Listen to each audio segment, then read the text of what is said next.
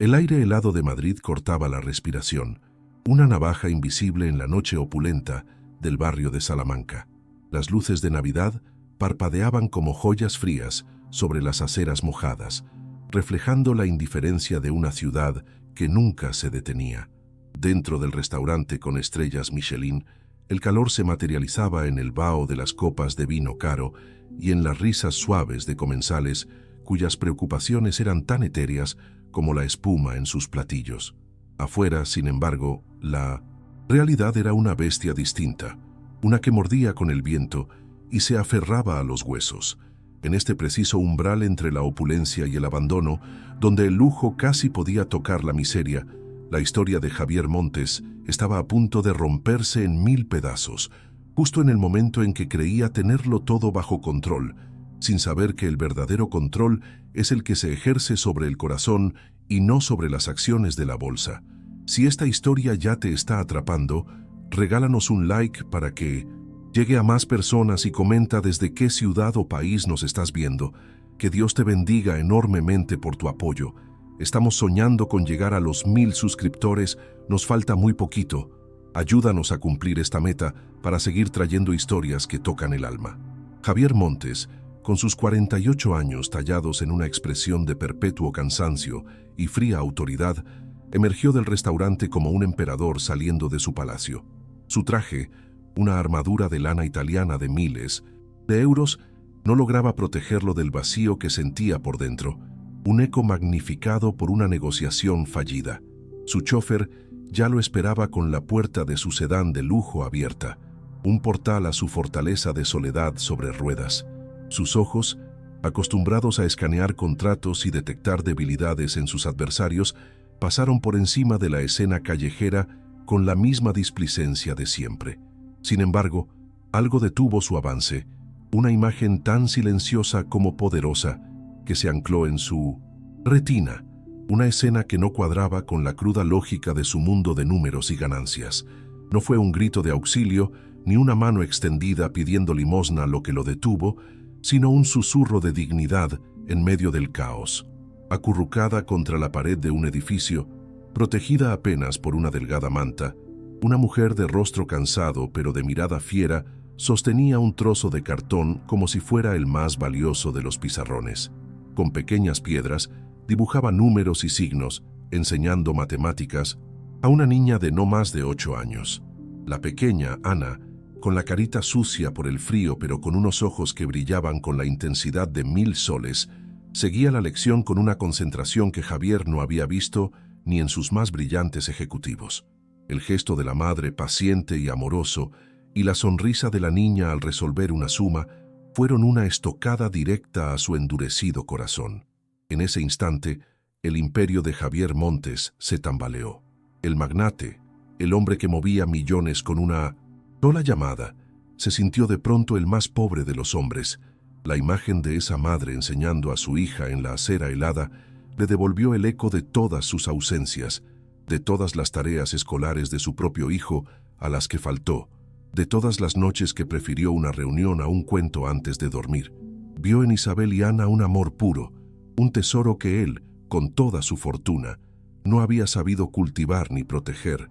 La risa orgullosa de Isabel al ver a su hija acertar fue como un veredicto. Fue entonces cuando el millonario, viendo a la mujer sin hogar enseñar a su hija de 8 años, tuvo una reacción conmovedora que cambiaría no solo la vida de ellas, sino principalmente la suya. Javier los condujo a un pequeño café que aún permanecía abierto, un oasis de calor y aroma a granos tostados en medio de la fría noche. El cambio de ambiente fue brutal. Pasaron del viento cortante a una atmósfera acogedora que parecía derretir el hielo acumulado no solo en sus ropas, sino en sus almas. Ana, la pequeña, abrió los ojos como platos al ver los pasteles en la vitrina, un universo de azúcar y color que contrastaba violentamente con su realidad de cartón y piedras. Javier, por primera vez en años, se sintió torpe e inseguro. No sabía cómo actuar. Estaba acostumbrado a las formalidades de las salas de juntas, a los apretones de manos firmes y las miradas calculadoras. Pero frente a la mirada honesta de Isabel, y la curiosidad inocente de Ana, todo su repertorio de poder y autoridad se desvaneció dejándolo desnudo, simplemente un hombre frente a la necesidad humana, en su forma más pura y desgarradora. Pidió 2 chocolates calientes y un trozo de pastel de fresa para Ana, quien lo devoró con una mezcla de alegría y timidez, cuidando de no mancharse el abrigo raído. Isabel, por su parte, apenas tocaba su taza. Sus manos, enrojecidas por el frío, la rodeaban como si temiera que el calor fuera solo un sueño del que pronto despertaría. Javier, rompiendo un silencio que se había vuelto denso, les preguntó sus nombres. Al oír Isabel y Ana, dejó de verlas como la mujer sin hogar y su hija, para verlas como individuos, con una historia, con un pasado que las había arrojado a la intemperie. Fue en esa simple presentación donde el muro de su indiferencia comenzó a agrietarse de verdad, permitiendo que un rayo de empatía genuina se filtrara por primera vez en mucho tiempo. Isabel, con una voz queda pero firme, comenzó a relatar su historia. No era la narrativa de una víctima pasiva, sino la de una luchadora acorralada. Había sido maestra de primaria en su pueblo, en México. Se había enamorado de un buen hombre, un albañil trabajador con quien construyó un pequeño hogar y un universo de sueños. Pero una enfermedad cruel y rápida se lo llevó, dejándola no solo con el corazón roto, sino con una montaña de deudas médicas impagables. Vendió todo lo que tenía, pero no fue suficiente. Sin familia cercana que la pudiera ayudar, y con la esperanza de encontrar una mejor oportunidad, viajó a España con lo poco que le quedaba, solo para descubrir que la realidad era mucho más dura de lo que imaginaba, una tierra de promesas heladas. Su único motor, su única razón para no rendirse, era Ana. «Mi hija no va a perder su futuro solo porque yo perdí mi suerte», dijo Isabel, y en esa frase Javier entendió la profundidad de su sacrificio. La lección de matemáticas en la acera no era un juego, era un acto de guerra contra la desesperanza, un juramento de que la pobreza no le robaría a su hija la herramienta más poderosa de todas, el conocimiento. Javier escuchaba, y cada palabra era un espejo que le devolvía el reflejo de su propia negligencia como padre. Él, que podía darle a su hijo Miguel cualquier cosa material, le había negado lo más básico: su tiempo, su presencia, su guía. La dedicación de Isabel era un juicio silencioso a su propia vida vacía. Una batalla se libraba dentro de Javier. Su mente, entrenada para desconfiar, le susurraba que estaba siendo ingenuo, que quizás era una historia bien elaborada para sacarle dinero. El empresario cínico le advertía del riesgo, de la posibilidad de ser engañado. Pero otra voz, una que no había escuchado en décadas, una voz que provenía de un lugar más profundo y olvidado, le gritaba que ignorara la lógica. Esa voz le recordaba el calor de una mano pequeña en la suya, el orgullo en los ojos de un niño. Se dio cuenta de que el verdadero riesgo no era perder algo de dinero, sino volver a su carro de minomención, lujo, a su mansión vacía, y dejar que ese pequeño destello de humanidad se apagara para siempre, condenándose a sí mismo a la gélida soledad que también conocía. Entonces, sin pensarlo más, tomó una decisión que desafiaba toda lógica empresarial y social. «No pueden volver a la calle», dijo con una firmeza que sorprendió incluso a sí mismo. «Tengo un apartamento. Está vacío. Quiero que se queden allí». La oferta quedó suspendida en el aire, tan grande, tan inesperada, que Isabel lo miró con una desconfianza palpable. Sus ojos, que habían mostrado gratitud, ahora mostraban una barrera de orgullo herido. La caridad era una cosa, pero esto era algo completamente diferente. Era un acto que la ponía en una posición de total dependencia, algo contra lo que había luchado con todas sus fuerzas desde que su mundo se vino abajo. «Señor, le agradezco desde el alma el chocolate y su amabilidad, pero no podemos aceptar», respondió Isabel, su voz recuperando la fortaleza. «No busco que me regalen las cosas. Busco una oportunidad, una chamba para poder pagar un techo para mi hija. No somos un proyecto de caridad para que limpie su conciencia». La respuesta, lejos de ofender a Javier, le infundió un respeto aún mayor por ella. Vio una dignidad inquebrantable, una mujer que, aún teniéndolo todo en contra, se negaba a ser definida por su necesidad. No es caridad, insistió Javier, encontrando las palabras con dificultad. Es lo correcto. Y no quiero que me pagues. Quiero que lo aceptes como un punto de partida. Ya buscaremos un trabajo para ti. El traslado al apartamento en uno de los edificios más exclusivos de la ciudad fue surrealista. El portero, un hombre de uniforme impecable, los miró con una mezcla de confusión y desdén, sus ojos juzgando las maletas improvisadas con bolsas de plástico y la ropa gastada de Isabel y Ana. El lobby de mármol pulido reflejaba sus figuras como si fueran fantasmas de otro mundo, intrusos en un santuario de riqueza. Cada paso que daban sobre la alfombra persa era un desafío a las normas no escritas de ese universo. Javier sintió las miradas de sus vecinos, cuchillos afilados de curiosidad y desaprobación, y supo que este acto de bondad no sería un camino fácil. Mientras Isabel y Ana exploraban con asombro su nuevo y temporal hogar, el teléfono de Javier sonó. Era su socio, alertado por el portero. ¿Qué demonios estás haciendo, Javier? ¿Metiste a gente de la calle en el edificio? ¿Te volviste loco? Esto afectará tu reputación. La presión externa comenzaba. La voz de su mundo, el mundo de las apariencias y las reputaciones intachables, intentaba arrastrarlo de vuelta a la sensatez, a la fría lógica de los negocios. Por otro lado, la risa de Ana, que descubría por primera vez el milagro de una ducha con agua caliente e interminable, resonaba desde el baño, una melodía de pura alegría que ahogaba las advertencias de su socio. Javier colgó el teléfono, sintiendo el peso de la encrucijada en la que se encontraba. Esa noche, mientras observaba a Ana dormida en una cama de verdad, con sábanas limpias y un techo seguro sobre su cabeza, sintió una paz que ninguna transacción millonaria le había dado jamás. Se sentó en la cocina con Isabel y por primera vez en mucho tiempo, simplemente escuchó. No ofreció soluciones, no planeó estrategias, solo compartió un silencio cómodo, un entendimiento que iba más allá de las palabras.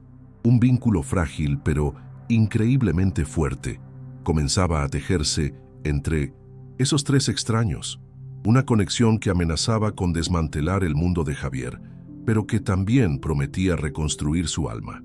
La tensión apenas comenzaba. Las primeras semanas en el apartamento fueron un delicado baile entre la gratitud y la incomodidad. Ana se adaptó con la maravillosa resiliencia de la niñez. Para ella, tener una cama propia y un grifo del que salía agua caliente sin límite era el mayor de los milagros. Pasaba horas dibujando en hojas de papel blanco, un lujo que antes le era desconocido, creando mundos de colores vibrantes que contrastaban con los grises de su pasado reciente. Isabel, en cambio, vivía en un estado de alerta constante, como si temiera que todo fuera a desaparecer si se relajaba un solo instante.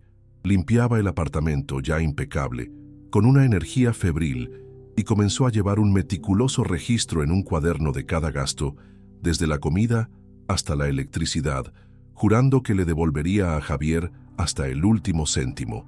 Javier comenzó a encontrar excusas para visitarlas a diario. Al principio se decía a sí mismo que era para asegurarse de que no les faltara nada, una simple supervisión de su inversión en humanidad. Pero pronto, esas visitas se convirtieron en el ancla de sus días. Ya no llegaba con la rigidez de un benefactor, sino con la calidez de un amigo. Traía libros para Ana, sabiendo su sed de aprender, y una tarde apareció con una laptop usada para que Isabel pudiera buscar trabajo de una manera más digna y eficiente. Cada pequeño gesto era un paso más lejos del hombre que era, y un paso más cerca del hombre que anhelaba ser. Un hombre capaz de conectar, de sentir, de pertenecer a algo más que a un consejo de administración. Una tarde, encontró a Ana batallando con una división de 3 cifras. La frustración nublaba su rostro usualmente brillante.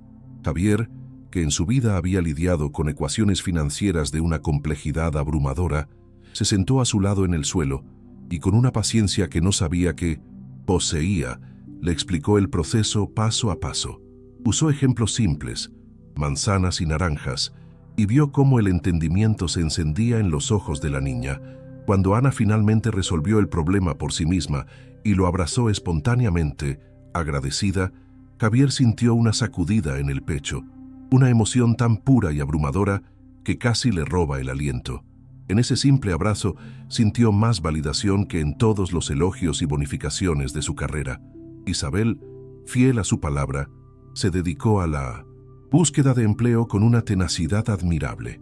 Enviaba currículums, hacía llamadas y acudía a entrevistas, enfrentándose a la dura realidad del mercado laboral para una inmigrante sin una red de contactos. Se encontró con puertas cerradas y miradas de sospecha, con la burocracia que no reconocía sus estudios de maestra. Javier le ofreció varias veces mover sus influencias, hacer una llamada que podría solucionarlo todo en un instante, pero ella se negaba cortésmente. «Debo hacerlo por mí misma. Javier, debo demostrarle a mi hija que se puede salir adelante con esfuerzo y dignidad». Su orgullo era una lección silenciosa para él, un recordatorio de que la verdadera ayuda no consiste en resolver los problemas de otros, sino en empoderarlos para que los resuelvan por sí mismos. La presencia de Isabel y Ana no pasó desapercibida en el ecosistema cerrado y elitista del edificio. Pronto comenzaron las quejas veladas, las miradas de reojo en el ascensor, los susurros en los pasillos. La asociación de vecinos, liderada por una mujer cuya única ocupación parecía ser la vigilancia de la moral ajena, le envió a Javier una carta formal.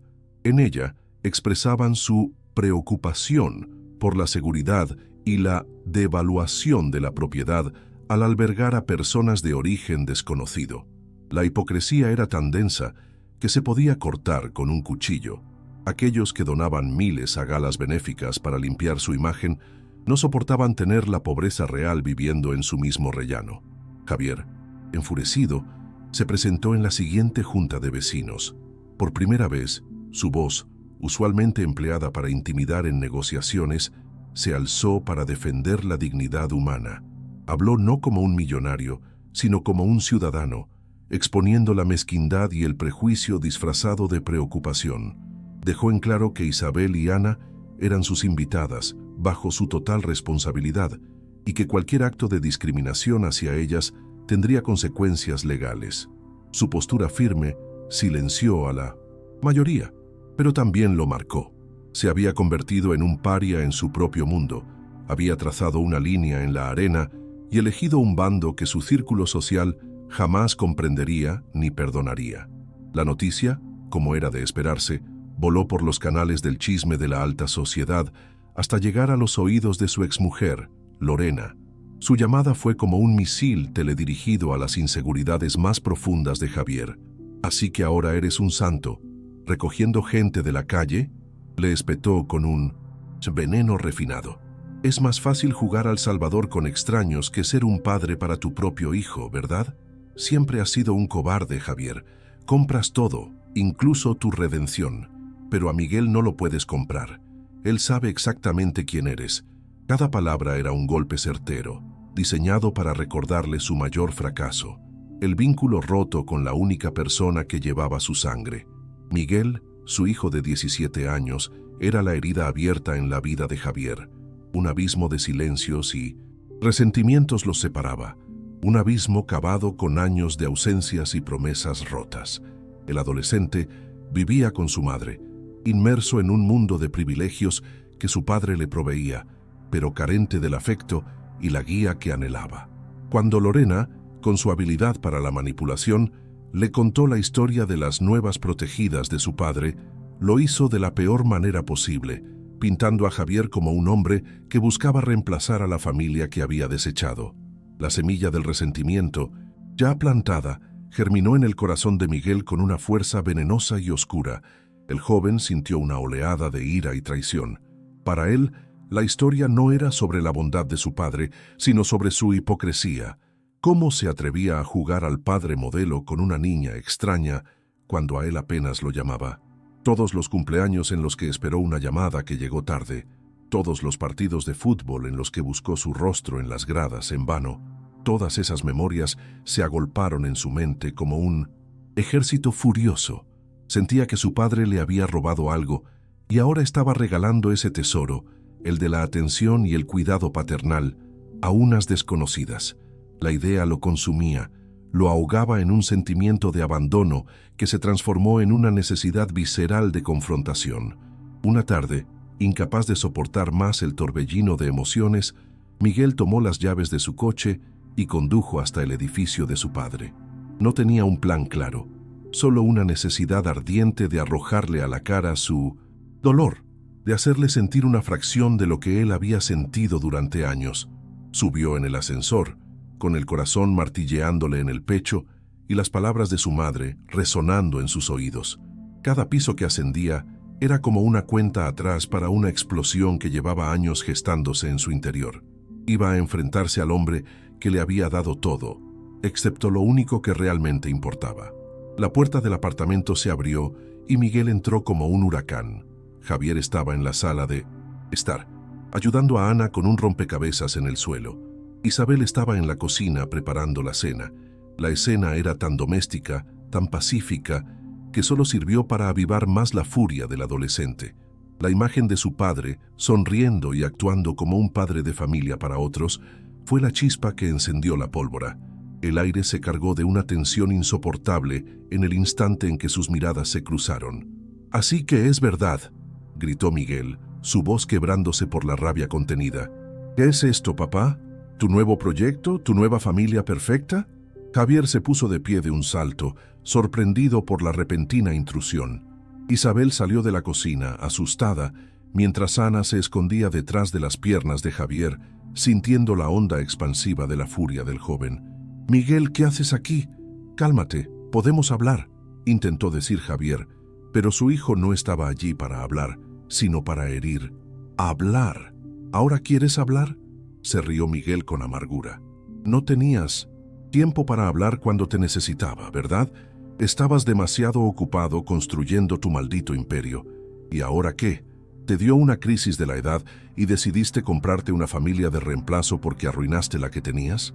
Cada palabra era un dardo envenenado que impactaba en el centro de la culpa de Javier. Se sentía expuesto, juzgado, y todas las defensas que había construido a lo largo de los años se derrumbaron. Javier intentó recurrir a sus viejos argumentos, a la lógica fría que siempre había usado para justificar sus ausencias. «Hijo, todo lo que hice, lo hice por ti, para darte lo mejor, para que no te faltara nada». Pero las palabras sonaban vacías, huecas, una excusa patética incluso para él. Miguel negó con la cabeza, sus ojos brillando con lágrimas de rabia. «No quería tus cosas, papá, te quería a ti, quería que fueras a un solo partido, que me ayudaras con la tarea como lo haces con ella, pero nunca estuviste», señaló a Ana, que se encogió aterrorizada por ser el centro de una disputa tan violenta.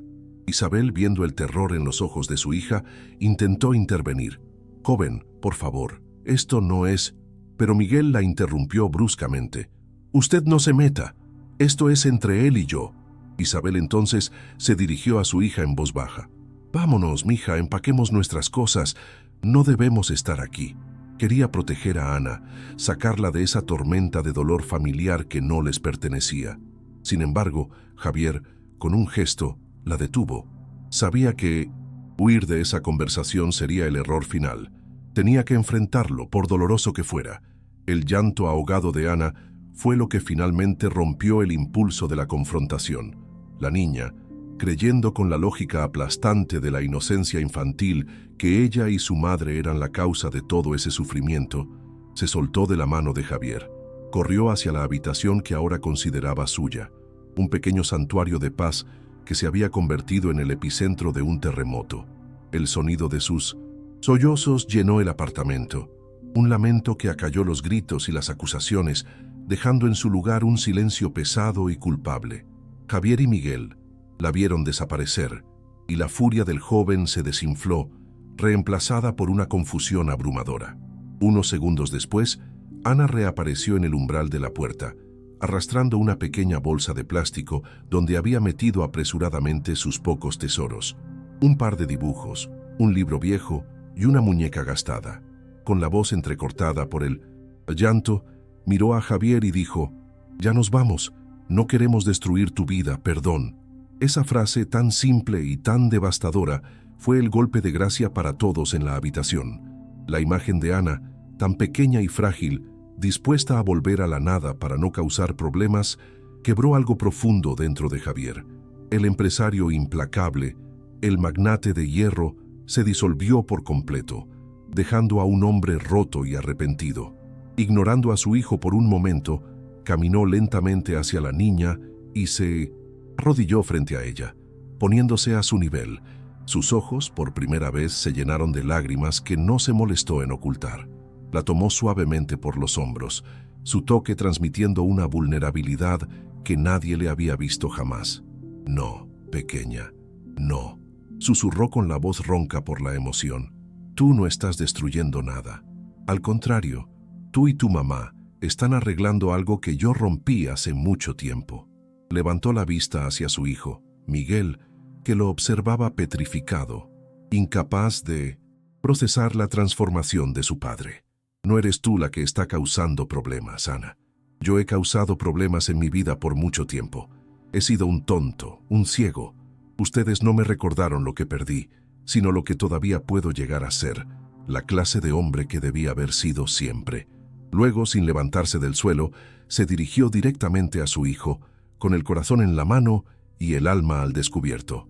«Miguel», dijo, y su voz era un ruego, «hice esto porque vi en ellas el amor y la dedicación que yo no supe darte.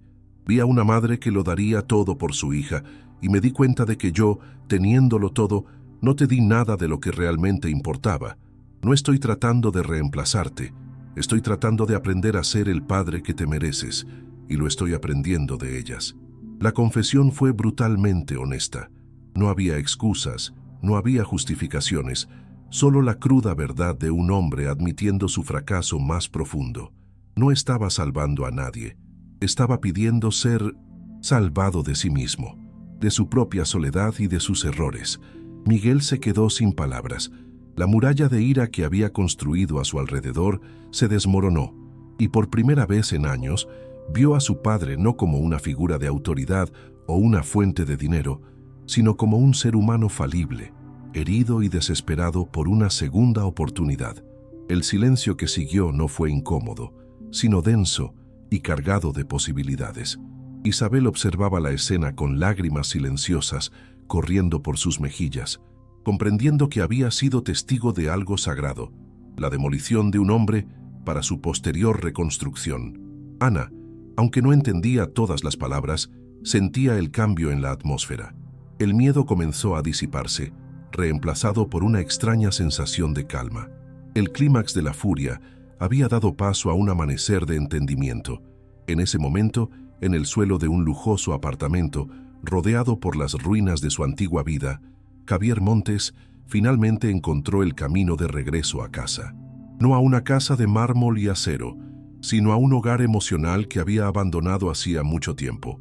La confrontación no había terminado en victoria o derrota para nadie, sino en una rendición compartida, una aceptación de las heridas que permitiría, quizás por primera vez, que la verdadera curación comenzara para todos ellos. ¿Te está gustando esta historia? Deja un like y suscríbete al canal. Muchas personas no dejan el like y eso nos entristece mucho. Contamos con su ayuda. Ahora continuamos con el vídeo. Aquel enfrentamiento catártico no borró las cicatrices del pasado, pero abrió una puerta a la posibilidad de un futuro diferente. Miguel no perdonó a su padre de la noche a la mañana, pero la imagen de su vulnerabilidad desarmó su coraza de resentimiento. Comenzó a visitar el apartamento, al principio con la excusa de ver cómo estaban Isabel y Ana, pero en realidad estaba observando a su padre, conociendo a este nuevo hombre que era capaz de llorar y de admitir sus errores. Lentamente, a través de conversaciones torpes y silencios compartidos, padre e hijo comenzaron a construir un puente sobre el abismo que los separaba, un puente cimentado no en la obligación, sino en un respeto mutuo recién descubierto, un proceso frágil y esperanzador que ninguno de los dos se atrevió a dar por sentado. Con la crisis familiar encauzada, Javier enfocó su energía en brindarles a Isabel y a Ana una solución permanente y digna. Investigó los complejos procesos para validar las credenciales de Isabel como maestra en España, contratando a los mejores abogados para acelerar la burocracia. No le regaló un trabajo, sino que le dio las herramientas para que ella, con su propia capacidad y experiencia, pudiera conseguirlo. Meses después, Isabel entró a trabajar como profesora en una escuela primaria, su rostro irradiando un orgullo y una alegría que contagiaban. Ana, matriculada en la misma escuela, se convirtió en una de las alumnas más brillantes, absorbiendo cada lección. Su futuro ya no era una pregunta incierta, sino una promesa brillante en el horizonte. La experiencia transformó a Javier de una manera fundamental. Comprendió que su filantropía anterior, basada en cheques impersonales enviados desde una oficina de lujo, era una forma más de ego, una manera de sentirse bien sin involucrarse realmente. Inspirado por la lucha y la dignidad de Isabel, decidió crear un cambio real y tangible. Reestructuró por completo la fundación de su empresa, dándole un nuevo nombre y una nueva misión: la Fundación Nuevo Comienzo, dedicada a ofrecer vivienda segura, apoyo legal y soporte educativo a familias monoparentales en situación de calle. Su riqueza, por primera vez, tenía un propósito que trascendía los números en una cuenta bancaria. Ahora se medía en vidas transformadas. Un año después, la escena era radicalmente distinta. En el jardín de la casa de Javier, celebraban el 10º cumpleaños de Ana.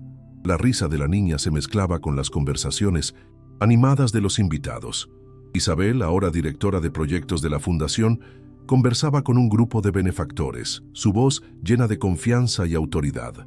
Pero la imagen más poderosa era la de Javier y Miguel, parados uno al lado del otro junto a la parrilla, hablando y riendo con una complicidad que parecía imposible un año atrás. Miguel, ahora voluntario en la fundación durante sus fines de semana, había encontrado en ayudar a otros un sentido de propósito que el dinero de su padre nunca pudo comprar. Ya no eran solo padre e hijo, eran compañeros en una misión compartida. La historia de Javier, Isabel y Ana se convirtió en un testimonio silencioso del poder redentor de un solo acto de empatía. Demostró que la verdadera riqueza no reside en las posesiones que acumulamos, sino en las conexiones humanas que forjamos.